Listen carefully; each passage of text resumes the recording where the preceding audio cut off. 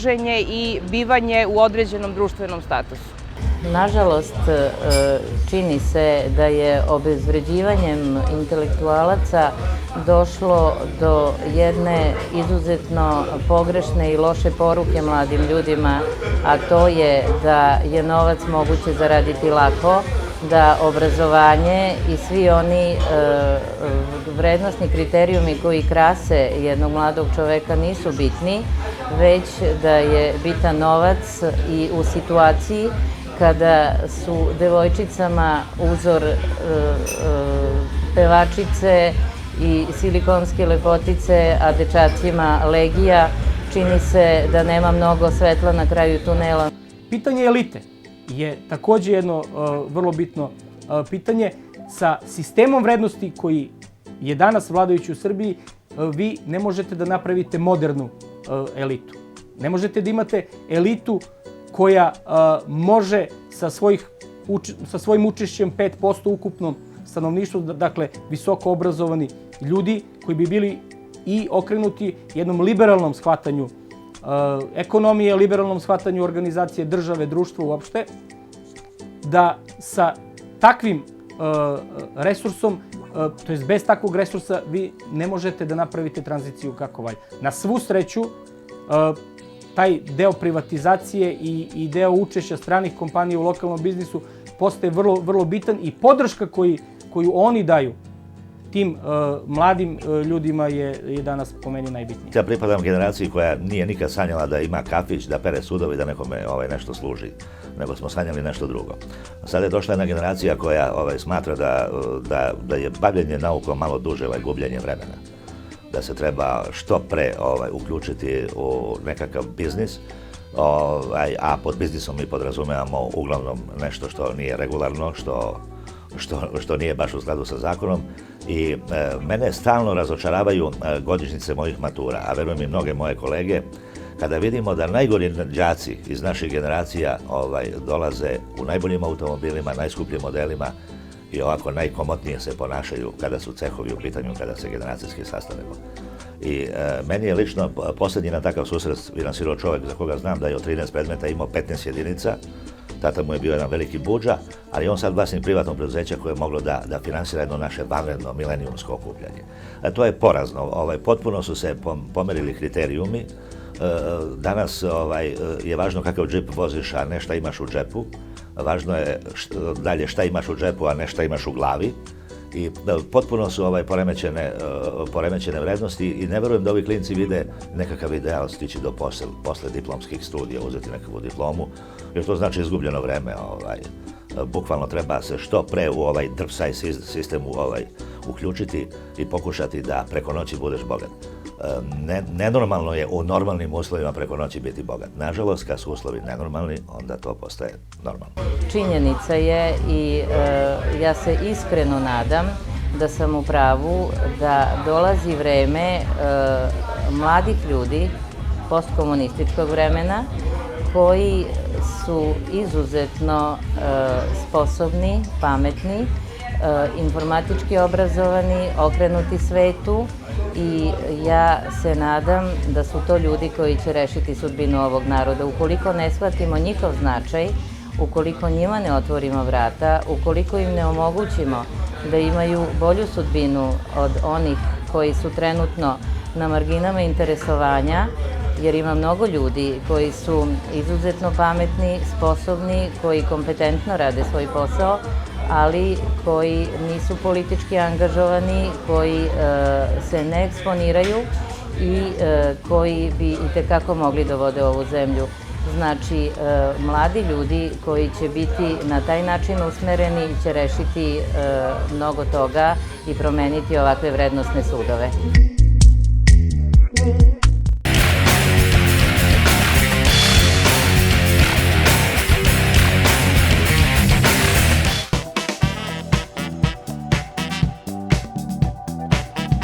Da se skockate za male pare. Modul. Pedijatrija i dečija ortopedija.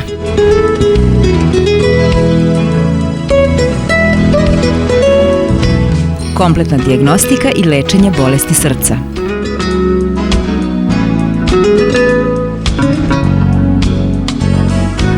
dijagnostika i lečenje organa za varenje, bezbolna kolonoskopija, gastroskopija i rektoskopija.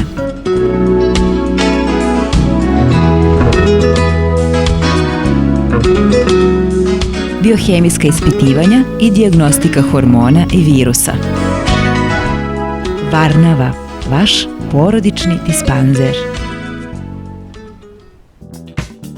Grafičko preduzeće Grafis, veliki izbor školskog pribora, sveske, blokovi, bojanke, rečnici, kolaž papir, herbarijumi, blokovske robe, virmani, računi, specifikacije čekova, kalkulacije i ostalo, izrada plakata, flajera, kataloga i reklamnih kesa. Niš, Branka Miljkovića 84, telefon 018 533 447. Specijalna internistička bolnica Niroš. Vrhunska dijagnostika na jednom mestu po najpovoljnijim uslovima.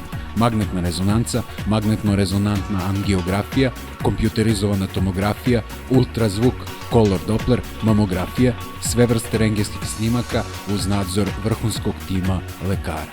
Specijalna internistička bolnica Niroš. 018 520 640 520 174. Niš, 9. brigade, broj 10.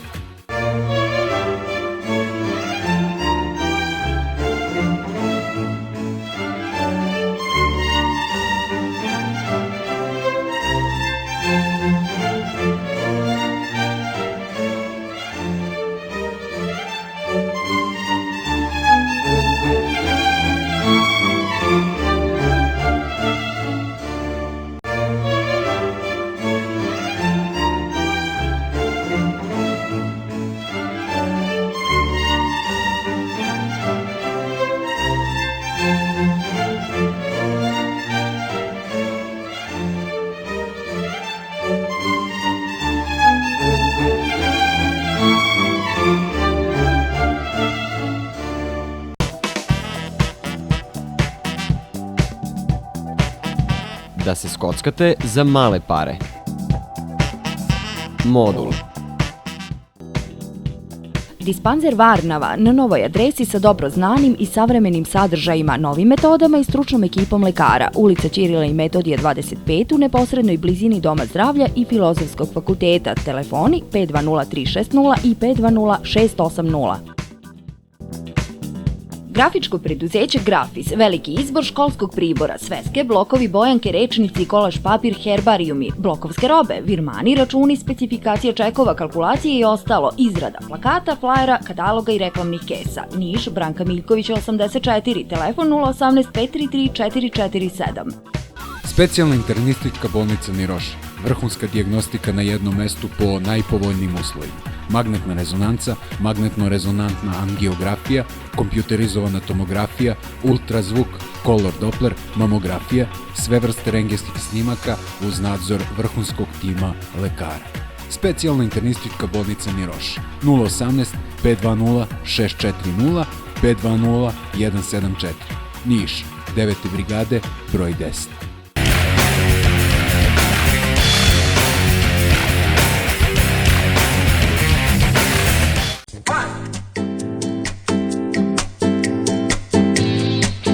Imajući na umu sva dešavanja i uzročno-posledične događaje, nameće se pitanje na koji način pravilno usmeravati mlade ljude. Predstoje i potrebne su mere na mnogim nivoima. Nažalost, sve ove godine naše izolacije, koje bismo mogli da shvatimo i kao formalni, kao suštinski čin, izolacija od sveta, izolacija od komunikacije sa ljudima iz drugih zemalja, koji bi mogli da nam daju i prenesu svoje iskustva, što je nekada u neko ranije vreme bilo prisutno. Mlade su demotivisali, jednostavno ja imam prilike da sretnem mnoge dobre, jako uspešne studente čije studiranje se svodi samo na studiranje. Prosto nema dodatne motivacije u smislu ponuda od strane fakulteta, od strane univerziteta, od strane države da će njihovo studiranje, odnosno njihov prosek, omogućiti beneficije koje će njima značiti. Dakle, ubrzano studiranje, posebne stipendije, ili to dobija jedan veoma uzak, mali broj studenta koji su zaista neka intelektualna elita, izuzetno malobrojna, koja zaista ne može da motiviše veći broj studenta. Dakle, koliko bi bilo mogućnosti da ti ljudi koji bolje od ostalih uče, ističu se u tim intelektualnim aktivnostima, imaju veće mogućnosti, makar da saznaju, da imaju razmenu sa studentima iz drugih zemalja, da dobiju neku vrstu stipendije, makar i te materijalnu malu stimulaciju, to bi već bilo dovoljno da ih pokrene i da se na kraju krajeva bolje informišu o tome šta je to što oni mogu i šta i zbog čega bi bilo dobro da budu dobri studenti. Jednostavno, imam utisak da je jedna letargija i među studentima na neki način kao da nemaju razlog i motiv da budu izuzetno napredni i dobri, a odnosno njihovo studiranje svodi se na sticanje nekih opštih znanja i neko oficijalno pripremanje za budućnost koje zaista iza njih nema neku veliku težinu. To je u svakom slučaju proces, jer ja kada smo počeli da pričamo o nekom novom vremenu, o tranziciji, ja se nikad nisam bojao da ćemo mi imati problem da napravimo autoputeve, da napravimo zgrade, da nam city u velikim gradovima liče na zapadne. Ali sam se stalno bojao one restauracije u glavi. Ta restauracija svesti i restauracija u glavi ide dosta sporo, ali dobro je ako ide i korak po korak. Mislim da polako narod kapira da moraju novi ljudi, nove snage, da dođu i mlađi ljudi koji će nešto u ovoj Srbiji promeniti. Ja stalno, kada kritikujem, kada i u tekstovima pišem da ovo ništa ne valja, da li na lokalnom ili na makronivou, stanem kod jednog pitanja, a šta bi ako bi sve ove sada moglo jednog trenutka da maknem, koga bi izabrao. Ti ljudi mi se još ne naziru, ali ja se nadam da će se oni pojaviti, da je strpljenje, da slušamo one koji nas vode iz poraza u poraz već na izmaku i da će se ta kritička masa i intelektualaca dovoljna da donese promene ipak javiti, jer i intelektualce koji ćute grize savest što ćute i sve je više takvih koje slušam, koji kažu da se prosto ujutru ljute na sebe pred ogledalom kad se briju zašto su pasivni prema okolini i društvu. Pre svega treba negovati pozitivne životne strategije. Treba negovati neke standardne vrednosti u društvu možda trenutno zaboravljene, a to su lepo vaspitanje, kulturna komunikacija, negovanje muzičkog ukusa, obrazovanje, informatika, neklaustofobičnost, široka shvatanja. Sve su to stvari koje tradicionalno imaju svoju vrednost i koje će, ja verujem, doći na svoje mesto. Znači, najvažnije od svega porodica koja je očigledno izgubila svoj značaj, sistem školovanja gde bi se negovale takve vrednosti i konačno mediji koji imaju izuzetno veliku ulogu u svemu tome i koji bi morali da afirmišu neke druge vrednosti, počev od negovanja muzičkog ukusa, intelektualnih vrednosti, odnosa prema starim, prema mladim, prema nemoćnim, prema bolesnima. Sve je to jedan kontinuitet, jedna kulturna, intelektualna, etička, moralna baština koja mora da se neguje. Pa to se radi jedino motivacijom.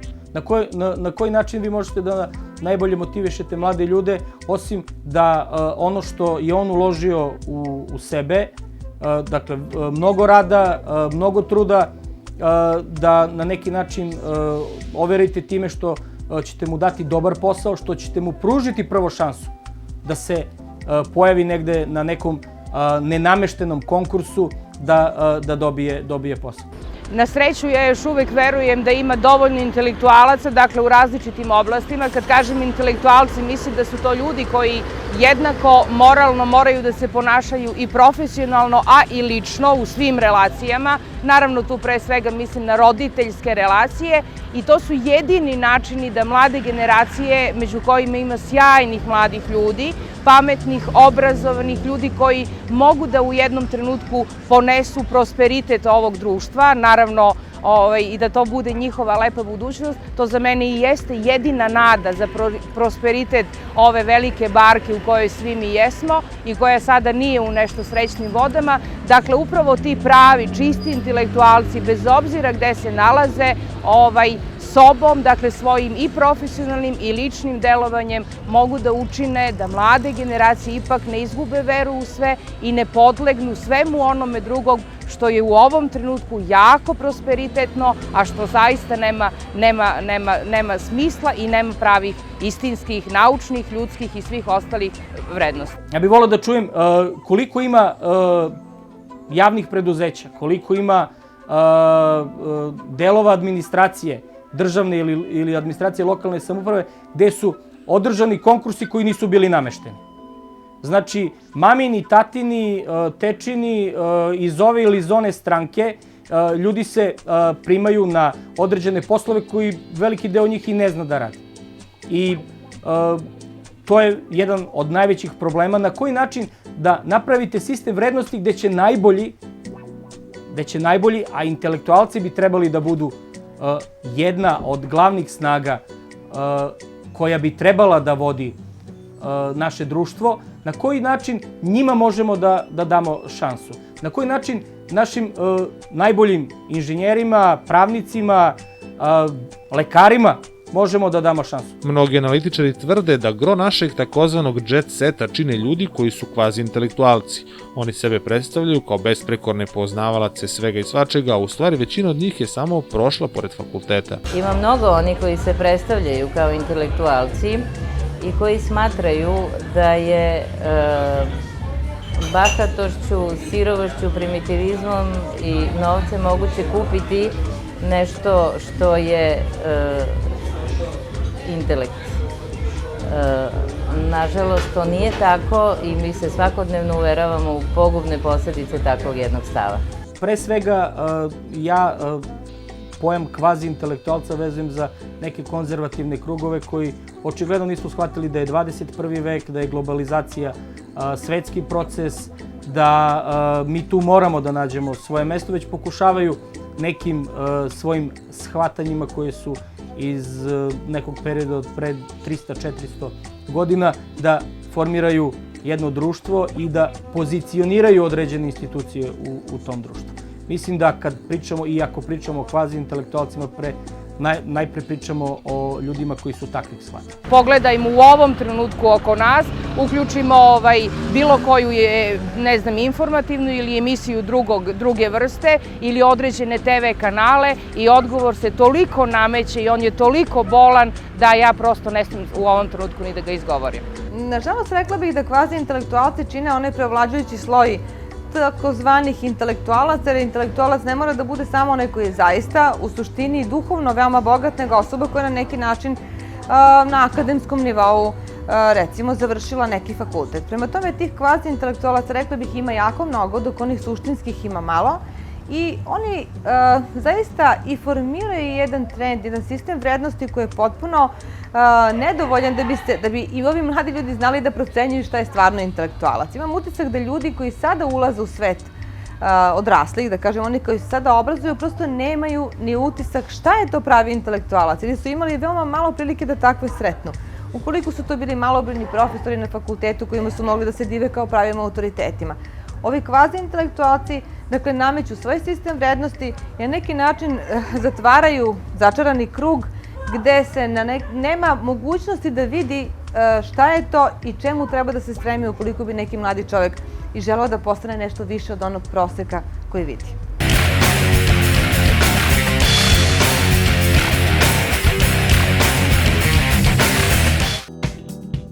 Dispanzer Varnava na novoj adresi sa dobro znanim i savremenim sadržajima, novim metodama i stručnom ekipom lekara. Ulica Ćirila i Metodija 25 u neposrednoj blizini Doma zdravlja i Filozofskog fakulteta. Telefoni 520-360 i 520-680.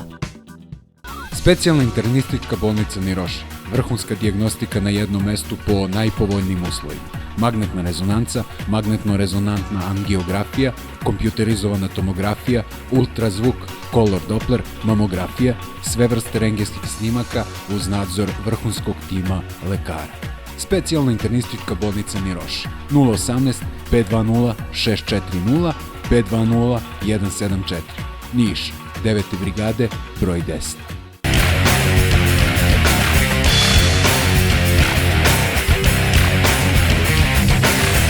U mnogim stvarima se trudimo da ličimo na zapadnoevropske zemlje i da prihvatimo njihov model ponašanja. Stoga se logično nameće pitanje koliko toga ima zajedničkog srpski intelektualac sa svojim kolegom iz bogato razvijenog sveta. Ja bih sad rekao da im je zajedničko u svakom slučaju sloboda mišljenja. I ovde može da se misli slobodno, ali za mene sloboda nije sloboda ako nema i materijalnu potku. Džabe sam ja slobodan ako sam gladan. Ja sam samo apsolutno slobodan ako sam i materijalno nezavistan. Iz materijalne zavisnosti rađaju se mnoge neslobode i mnogi kompromisi na koje čovjek pristaje. Zapadni intelektualac koji ima račun sa kojim može da pipne bilo koju tačku na globusu i da kaže tu ću danas ili sutra biti ili tu ću letovati ovoga leta, je u svakom slučaju intelektualac koji je drugog kova i kalibra u odnosu na našeg, koji je došao tamo i misli se da li da naruči jedno piće ili ne na nekom simpozijumu, seminaru ili ne znam gde se sreću. A inače, što se tiče znanja i nivoa znanja, mislim da tu nismo hendikepirani i da nemamo nikakvih razloga da mislimo da su oni pametniji od nas. Pa dobro, ja mislim da ni tamo nije tako ultra sjajno, ali definitivno jeste nešto bolje nego ovde.